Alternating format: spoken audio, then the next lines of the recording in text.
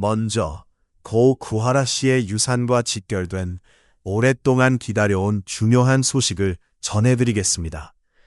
2026년부터 이른바 쿠하라법으로 불리는 새로운 법률이 공식 시행될 예정입니다. 이 법은 미성년 시절 자녀를 제대로 양육하거나 부양하지 않은 부모가 나중에 자녀의 재산을 상속받는 것을 제한하는 내용을 담고 있습니다. 12월 30일 대법원이 2026년 상반기 시행 예정인 사법제도 개편안을 발표하면서 이 사실이 공식 확인됐고 구하라법은 개편안의 핵심 조항 중 하나로 포함됐습니다. 법안의 출발점은 2020년 3월로 거슬러 올라갑니다. 당시 구하라의 친오빠 구호인 씨가 친모의 부양 의무 불이행과 상속권 문제를 지적하며 법 개정을 촉구하는 청원을 제출했습니다. 그는 친모가 어린 시절 자신과 구하라를 버리고 약 20년간 연락조차 하지 않았음에도 구하라 사망 후 갑자기 나타나 상속을 요구했다고 주장했습니다. 또한 친모가 부모로서의 의무를 다하지 않았다는 이유로 상속 재산 분할 소송도 제기했습니다. 이 사건은 광주 가정법원에서 심리됐습니다. 법원은 아버지가 구하라의 주된 양육자였다는 점을 인정했고 양육 기여도의 불균형을 반영해 상속 비율을 60대 40으로 판결했습니다. 이 판결은 당장의 분쟁을 해결했지만 제도적 허점을 드러내며 법 개정 필요성을 더욱 부각시키는 계기가 됐습니다. 이후 구하라법은 2020년 3월 국회에 정식 발의됐지만 20대와 21대 국회에서는 정치적 이견과 절차상의 문제로 처리되지 못하고 자동 폐기됐습니다. 그러다 22대 국회에서 2024년에 최종 통과되면서 구하라 사망 5주기를 불과 몇 달 앞둔 시점에 법률로 확정됐습니다. 새롭게 제정된 이 법은 2026년 1월 1일부터 시행됩니다. 직계존속이라 하더라도 피상속인이 미성년자였을 당시 심각하게 부양 의무를 저버렸거나 피상속인 또는 그 배우자, 직계비속에게 중대한 범죄나 극심한 부도덕 행위를 저질렀을 경우 상속권을 박탈할 수 있도록 규정합니다. 다만 상속권 박탈은 자동으로 이루어지지 않습니다. 유언이나 공동상속인의 청구를 통해 가정법원의 최종 판단을 받아야 합니다. 이번 법 시행은 오랜 법적 투쟁의 출발점이 되었던 구호인 씨에게 큰 의미가 있습니다. 그는 내일부터 구하라법이 드디어 시행된다. 남은 2025년도 잘 마무리하시고 2026년에는 모두 건강과 축복, 행복이 가득하길 바란다라는 메시지를 SNS에 남겼습니다. 한편 하이브 산하 플랫폼인 위버스는 팬 데이터 유출이라는 심각한 내부 문제로 다시 한번 큰 비판을 받고 있습니다. 이 사건은 1월 2일 위버스 직원이 팬사인회 응모 과정에서 수집된 팬 개인정보를 지인들과의 단체 채팅방에 공유한 사적인 메시지 캡처가 온라인에 확산되면서 불거졌습니다. 유출된 대화 내용에는 응모자의 신원 확인 가능 여부, 특정 팬을 의도적으로 당첨자 명단에서 배제할 수 있는지에 대한 논의가 포함되어 있었습니다. 일부 팬은 자신이 실제로 당첨해서 제외됐다고 주장했습니다.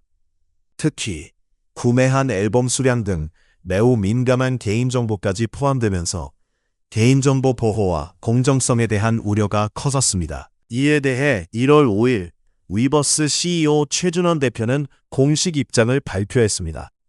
이번 사건이 단순히 한 직원의 일탈이 아니며 회사의 관리감독 체계 전반에 심각한 문제가 있었음을 인정했습니다.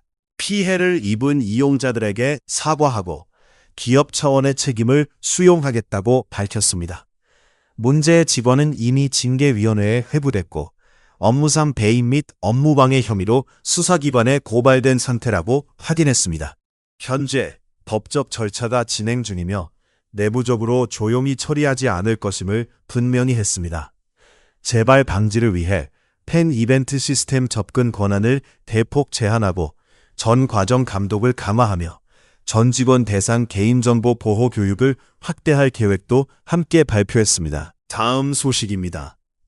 키스 오브 라이프, 키스 오브 라이프가 최근 컴백을 공식 예고했습니다.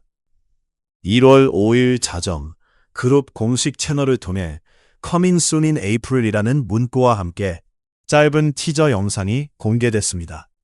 흑백의 강렬한 영상미와 붉은 레터링이 대조를 이루며 강한 인상을 남겼습니다. 특히 눈길을 끈 것은 I want to breathe, we'll let you breathe 라는 문구가 다시 등장한 점입니다.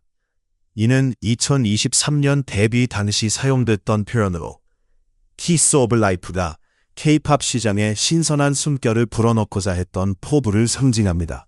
이번 컴백에서도 숨이라는 키워드가 다시 등장하면서 그룹의 세계관과 정체성이 한층 더 확장될 것이라는 기대가 커지고 있습니다.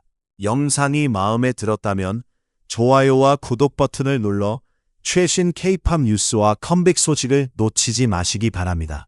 이어서 위너의 송민호를 둘러싼 우려도 커지고 있습니다. 그의 사회복무 요원 복무와 관련해 법적 처벌 가능성이 제기됐기 때문입니다. 이 의혹은 2024년 말 전역을 앞두고 처음 불거졌습니다.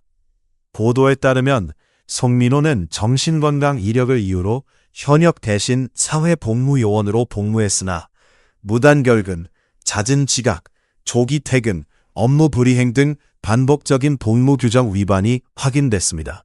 2025년 병무청은 경찰에 정식 수사를 요청했습니다. 약 5개월간 GPS 기록과 휴대전화 데이터 분석 등을 통해 무단 이탈 기간이 8일을 초과했다는 결론을 내렸습니다. 이에 2025년 12월 서울 서부지검은 송민호를 공식 기소했습니다.